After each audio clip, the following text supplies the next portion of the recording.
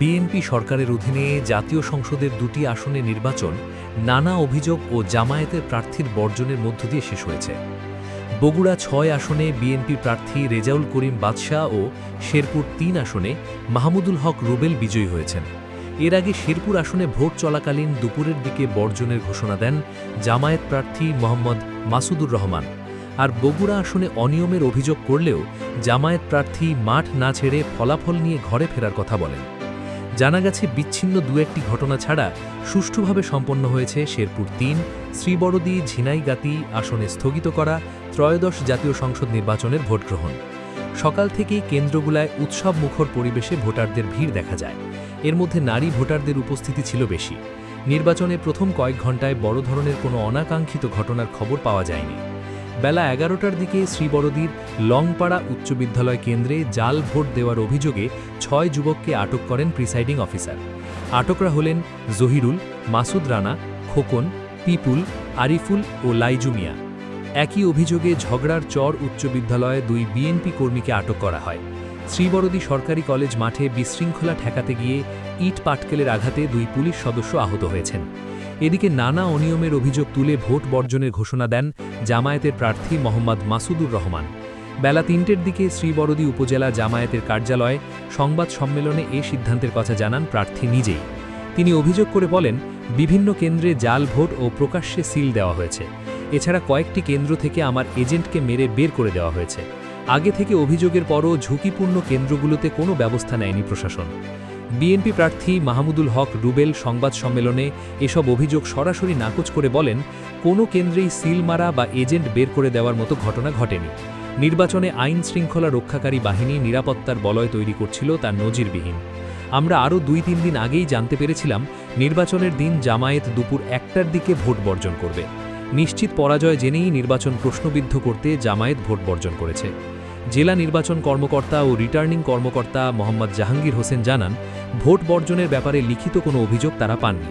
গত ১২ ফেব্রুয়ারি ত্রয়োদশ জাতীয় সংসদ নির্বাচনের সঙ্গে এখানেও ভোট গ্রহণের কথা ছিল, কিন্তু ভোটের প্রচারের সময় জামায়াতের প্রার্থী নুরুজ্জামান বাদল মারা যান। এতে ভোট গ্রহণ স্থগিত করে নির্বাচন কমিশন। শেরপুর ৩ আসনে জয়ী বিএনপির রুবেল শেরপুর ৩ আসনে জয়লাভ করেছেন বিএনপির মাহমুদুল হক রুবেল। তিনি ১,১৮,৯৬৬ ভোটের বিশাল ব্যবধানে জয়লাভ করেছেন। জেলা নির্বাচন অফিসার ও রিটার্নিং অফিসার মোহাম্মদ জাহাঙ্গীর হোসেন বৃহস্পতিবার এ তথ্য জানান। ১২৮টি কেন্দ্রে ১,৬৬,১১৭ ভোট পেয়েছেন তিনি। নিকটতম প্রতিদ্বন্দ্বী জামায়াত প্রার্থী মোহাম্মদ মাসুদুর রহমান পেয়েছেন ৪৭,০৫১ ভোট। বগুড়ায় বিএনপির ভূমিধস বিজয়। বগুড়া ৬ সদর আসনের উপনির্বাচনে ১৫০ কেন্দ্রের সবকটির ফলাফল পাওয়া গেছে। নির্বাচনে বিএনপি মনোনীত ধানের শীষ প্রতীকের প্রার্থী রেজাউল করিম বাদশাহ পেয়েছেন ১,৩৩,৫১৬ ভোট।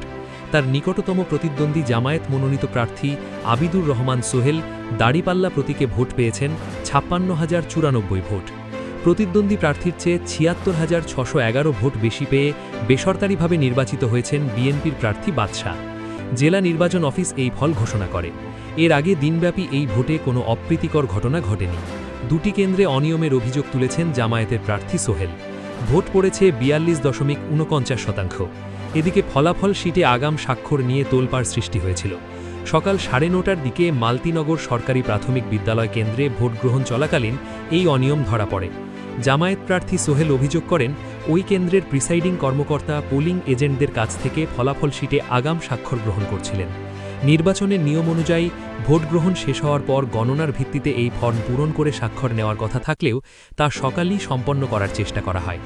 অভিযুক্ত কর্মকর্তা নূর ইসলাম দাবি করেন, কাজের চাপ কমাতে এবং সময় সাশ্রয় করতে আগেভাগে স্বাক্ষর নিয়ে রেখেছিলেন। পরে তিনি নিজের ভুল স্বীকার করেন। এই ঘটনার পর এক্সিকিউটিভ ম্যাজিস্ট্রেট তাসওয়ার তানজামুল হক ওই প্রিসাইডিং কর্মকর্তাকে কঠোরভাবে সতর্ক করেন। সদর নির্বাচন অফিসের কর্মকর্তা জায়েদ ইবনে আবুল ফজল বলেন, তিনি কোনো অপরাধ করেননি, এটি একটি ভুল মাত্র। গত ১২ ফেব্রুয়ারি ত্রয়োদশ জাতীয় সংসদ নির্বাচনে এ আসন থেকে বিজয়ী হন বিএনপি চেয়ারম্যান তারেক রহমান। তিনি ২টি আসনে নির্বাচিত হওয়ায় বগুড়া ৬ আসন ছেড়ে দেওয়ায় উপনির্বাচন হয়। সকাল ৭:৩০ থেকে শুরু হওয়া এই ভোটগ্রহণ বিরতিহীনভাবে চলে বিকাল ৪:৩০ পর্যন্ত। রিটার্নিং কর্মকর্তা ফজলুল করিম আমার দেশকে বলেন, শান্তিপূর্ণ ও কোনো অপ্রীতিকর ঘটনা ছাড়াই ভোটগ্রহণ শেষ হয়েছে। নির্বাচন কেন্দ্র করে সবকটি কেন্দ্রে ব্যাপক নিরাপত্তা দিয়েছে নিরাপত্তা বাহিনী।